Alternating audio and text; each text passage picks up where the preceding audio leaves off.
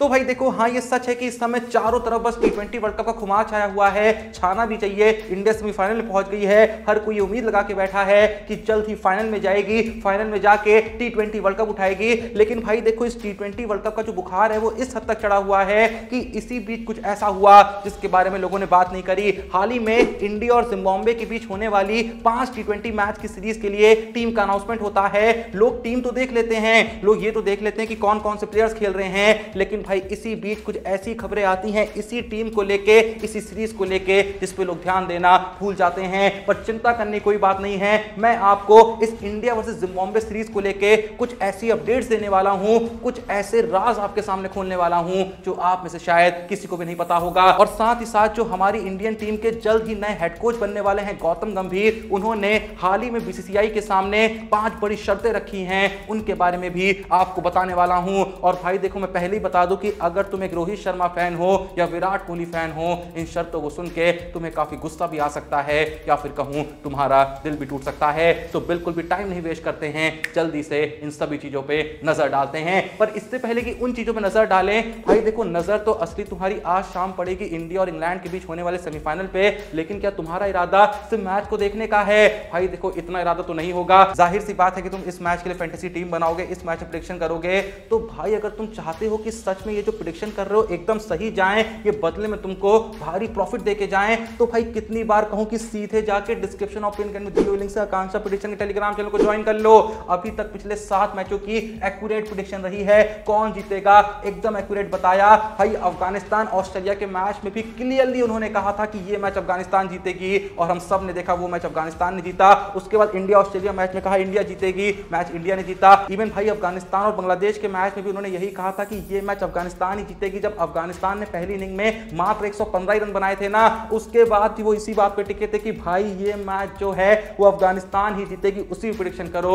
जिसने भी भाई उनकी बात मानी, मैच खत्म होने पे जो भाई बम्पर पैसा कमाया ना, कसम से मजा आ गया। इसीलिए कहता हूं भाई, सिर्फ मेरी बातों पे यकीन मत करो, खुद जाके बस एक बार टेलीग्राम चैनल ज्वाइन करो। व्हाट्सएप नंबर भी देता हूं भाई साथ में, सीधे जाके इस पे डीएम करो, मैचेस की प्रेडिक्शन यहां से मांगो, और उन प्रेडिक्शन के बेसिस पे मस्त टीम बना के मस्त प्रेडिक्शन करके पैसा ही पैसा छापो। टाइम मत वेस्ट करो भाई, समय बहुत कम है, जल्दी जाओ। हाँ तो भाई, जैसा हम बात कर रहे थे इंडिया वर्सेस जिम्बाब्वे सीरीज के लिए हाल ही में अनाउंस हुए इंडिया के स्क्वाड की, तो भाई मैं देखो सबसे पहले तो ये बता दूं कि ये जो सीरीज है ये 6 तारीख से शुरू होनी है, 6 जुलाई से शुरू होनी है। 5 मैचों की टी20 सीरीज है। और भाई जितने भी प्लेयर्स इस समय टी20 वर्ल्ड कप में इंडिया के स्क्वाड में है ना, इस पूरे स्क्वाड में से सिर्फ 2 ही ऐसे प्लेयर हैं जिनको आगे भेजा जा रहा है इंडिया वर्सेस जिम्बाब्वे सीरीज के लिए, और वो 2 नाम हैं यशस्वी जायसवाल और संजू सैमसन। उसके अलावा इसी टी20 वर्ल्ड कप में जिन 4 प्लेयरों को एज अ रिजर्व भेजा गया था, शुभमन गिल, रिंकू सिंह, आवेश खान और खलील अहमद, ये चारों ही प्लेयर जो हैं ये भी इंडिया वर्सेस जिम्बाब्वे सीरीज में खेलते हुए दिखेंगे। और तुमको पता है जो ये पूरा स्क्वाड बना है, जो अभी आपको आपकी स्क्रीन पर दिख भी रहा होगा, इस पूरे ही स्क्वाड में ज्यादातर भाई यंग लोग हैं, ज्यादातर क्या सभी भाई यंग लोग हैं। इसीलिए जो एवरेज एज है ना इस पूरे स्क्वाड की, वो मात्र 25 साल है। जैसा कि आपको पता ही होगा कि शुभमन गिल को इस सीरीज के लिए इंडिया का कप्तान घोषित करा है। बहुत लोग कह रहे थे कि ऋतुराज गायकवाड़ को कप्तान बनाया जाएगा, क्योंकि गिल के कंपैरिजन में गायकवाड़ के पास काफी अनुभव है कप्तानी का। लेकिन ऐसा लग रहा है कि जो बीसीसीआई वाले हैं वो यही सोच रहे हैं कि भाई आने वाले वक्त में गिल जो है वो कप्तानी में एक उत्तराधिकारी बन सकते हैं, लेकिन गायकवाड़ की चांसेस काफी कम हैं। तो ऐसे में उन्होंने गिल पे भरोसा टिकाया है और गायकवाड़ को मात्र एक एज अ प्लेयर खिलाया है। यहां पे मैं बताना चाहूंगा कि गिल को इस सीरीज के लिए कप्तान बनाने से पहले जो सीनियर सिलेक्शन कमेटी है उसने हार्दिक पांड्या और सूर्य कुमार यादव के साथ भी कन्वर्सेशन करी थी। ये पूछा था कि क्या आप लोग टी20 वर्ल्ड कप के बाद इंडिया वर्सेस जिम्बाब्वे सीरीज में हिस्सा लेना चाहेंगे। अगर इन दोनों ही प्लेयरों में से कोई एक भी प्लेयर हाँ कह देता तो उसे ही इस सीरीज के लिए कप्तान बनाया जाता। लेकिन दोनों ने ही कहा कि भैया इतने टाइम से आईपीएल खेल रहे थे, उसके बाद टी20 वर्ल्ड कप खेल रहे हैं, तो इस इंडिया वर्सेस जिम्बाब्वे सीरीज से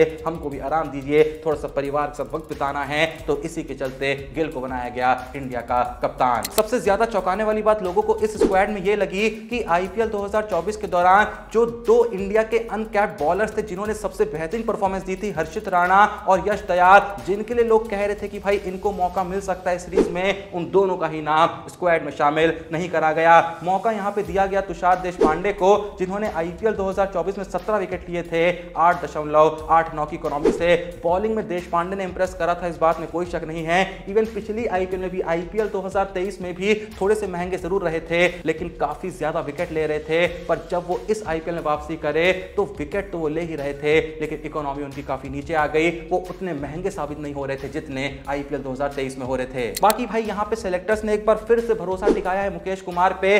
उनकी डेथ ओवर में यॉर्कर डालने की काबिलियत को देखते हुए पता नहीं भाई ऐसी कौन सी काबिलियत देखी है, मुझे तो आज तक ऐसी कोई खास काबिलियत मुकेश कुमार में नहीं दिखी जो उनको बार बार मौका दिए जा रहे हैं। उनके जो स्टैट्स भी हैं, जो नंबर्स भी हैं, बिल्कुल भी इंप्रेसिव नहीं है। ठीक ठाक मैचेस भी खेल चुके हैं, पर उसके बावजूद भी जैसी कोई सीरीज शुरू होती है जिसका वर्ल्ड कप वगैरह से कोई लेना देना नहीं होता है, अगर कोई बड़ी टूर्नामेंट होती तब नहीं लेके जाते हैं, लेकिन जैसे ही कोई ओंगी पोंगी सीरीज आती है कहां से उठा के पता नहीं मुकेश कुमार को ले आते हैं और उनके बदले में जो डिजर्विंग लोग हैं उनको मौका नहीं देते हैं। अब इससे आगे बढ़ते हुए मैं आपको उन प्लेयर्स के नाम बता देता हूं जिनको इंडिया वर्सेस जिम्बाब्वे की सीरीज में डेब्यू करने का मौका मिल सकता है। पहला नाम है अभिषेक शर्मा का, दूसरा नाम है नीतीश रेड्डी का, तीसरा है रियान पराग का और चौथा है तुषार देशपांडे का। जहां बात रियान पराग की निकली है तो मैं ये भी बता दूं कि रियान पराग जो है वो पहले नॉर्थ ईस्टर्न क्रिकेटर हैं जिनको भाई इंडिया के स्क्वाड में शामिल करा गया है।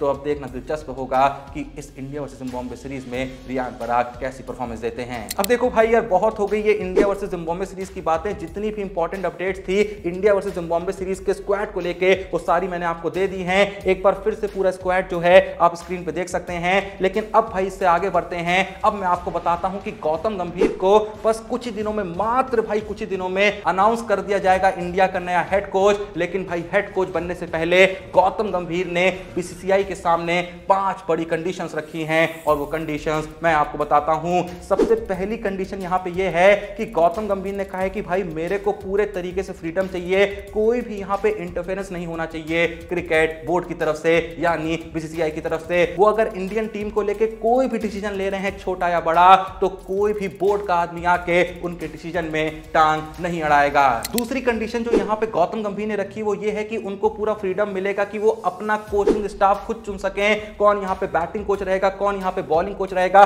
कौन यहां पे फील्डिंग कोच रहेगा, कौन असिस्टेंट कोच रहेगा, कौन यहां पे मेंटर रहेगा, वगैरह वगैरह जितने भी डिपार्टमेंट होते हैं हर बंदे को गौतम गंभीर ही चूज करेंगे। जिसको वो रखना चाहेंगे वो रखेंगे और जिसको नहीं रखना चाहेंगे उसको बाहर का रास्ता दिखाएंगे। तीसरी कंडीशन जो यहां पे गौतम गंभीर ने रखी है वो कंडीशन कम एक स्टेटमेंट ज्यादा है या फिर कहें एक डिसीजन है। गौतम गंभीर का मानना है कि साल 2025 की चैंपियंस ट्रॉफी में अगर इंडिया विफल रहती है या उस तरीके की परफॉर्मेंस नहीं आती है जैसा कि वो चाह रहे हैं, तो ऐसे में जितने भी सीनियर प्लेयर्स होंगे उनको टीम से बाहर का रास्ता दिखाया जाएगा और उनसे आगे की सोची जाएगी। मतलब यहां पे टारगेट करा गया है रोहित शर्मा को, विराट कोहली को, जडेजा को और मोहम्मद शामी को।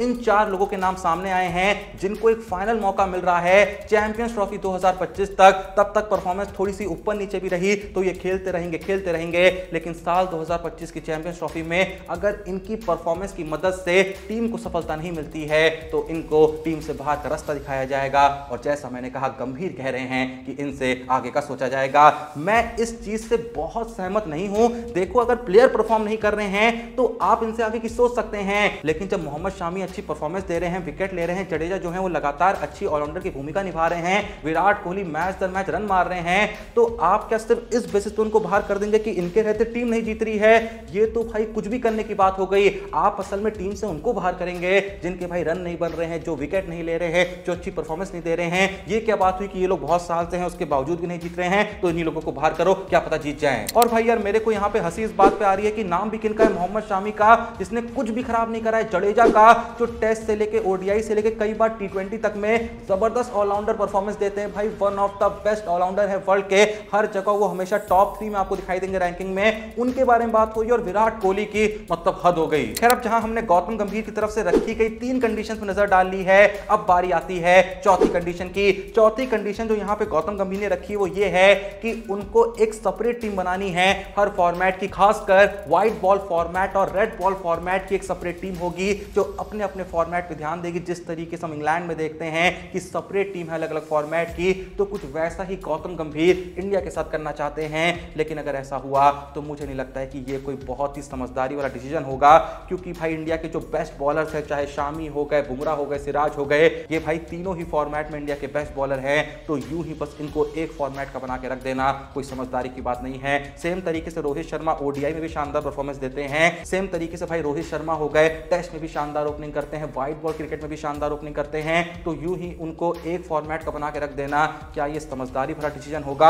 आप लोग का इस डिसीजन के बारे में क्या कहना है, इस कंडीशन के बारे में क्या कहना है, कमेंट सेक्शन में जरूर बताना। चलो अब नजर डालते हैं पांचवी कंडीशन पे, और पांचवी और आखिरी कंडीशन ये है, गौतम गंभीर ने कहा है कि मैं इस हेड कोच की जॉब को जैसे ही एक्सेप्ट करूंगा उसी दिन से मैं साल 2027 के वर्ल्ड कप को सोच के तैयारी करूंगा। उस 2027 ओडीआई वर्ल्ड कप को देखते हुए मेरे सारे डिसीजंस होंगे, उसे ही ध्यान में रख के मैं ये सोचूंगा कि क्या सही है क्या गलत है, और इस चीज के बीच में कोई भी आके, जैसा मैंने कहा, अपनी टांग नहीं अड़ाएगा। ऐसा गौतम गंभीर ने कंडीशन रखी है। तो भाई ये थी गौतम गंभीर की वो 5 कंडीशन जो रखी हैं गौतम गंभीर ने बीसीसीआई के सामने हेड कोच की पोजीशन लेने से पहले। अब बीसीसीआई उनकी इन सभी कंडीशंस पे एग्री करेगा या नहीं करेगा ये तो नहीं पता, पर भाई पता मेरे को ये तो जरूर है कि लगभग 99.99% ये फिक्स हो चुका है, गंभीर बन चुके हैं हेड कोच। बीच में वो खबर आई थी कि बस T20 वर्ल्ड कप खत्म होने का इंतजार किया जा रहा है, ताकि एक बार वर्ल्ड कप खत्म हो जाए, राहुल द्रविड़ को उनकी ड्यूटी से रिलीव कर दिया जाए, उसके बाद ही बताया जाए कि गंभीर इंडिया के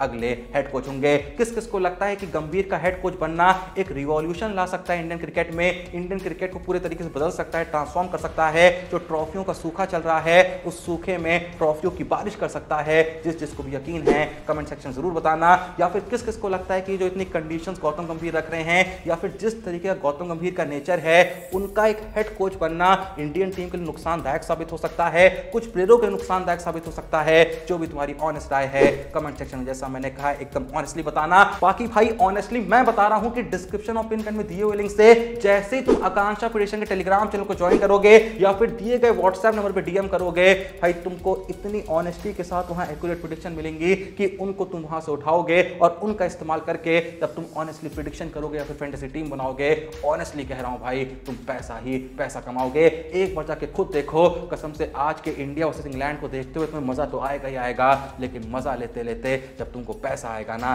तो भाई और ज्यादा मजा आ जाएगा। तो जल्दी जाओ, वीडियो पसंद आई लाइक करो, चैनल को सब्सक्राइब करो। मिलते हैं नेक्स्ट वीडियो में, तब तक के लिए जय हिंद, धन्यवाद।